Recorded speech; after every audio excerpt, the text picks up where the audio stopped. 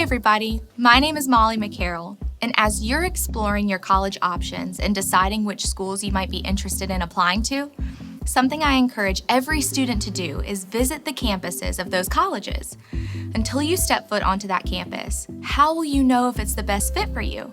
Yes, visiting a college's website will give you insight into what they have to offer, but I encourage you to truly see it all for yourself. Campus visits are normally free for students, and you'll have the opportunity to take a full tour of campus, which means you could possibly see residence halls, student unions, and dining facilities up close and personal. Normally, you'll also hear from the admissions office on the application process and scholarships for incoming freshman students. So, how will you schedule these campus visits? The easiest way to start is by visiting the school's website.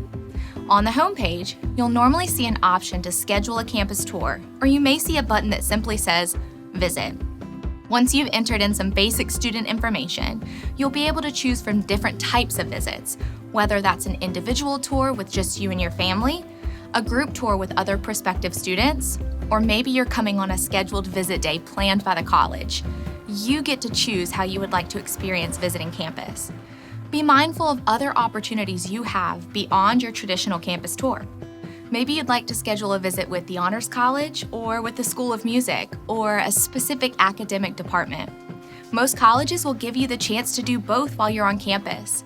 Also, don't forget, check with your guidance counselor to see if your high school offers excused absences for college visit days.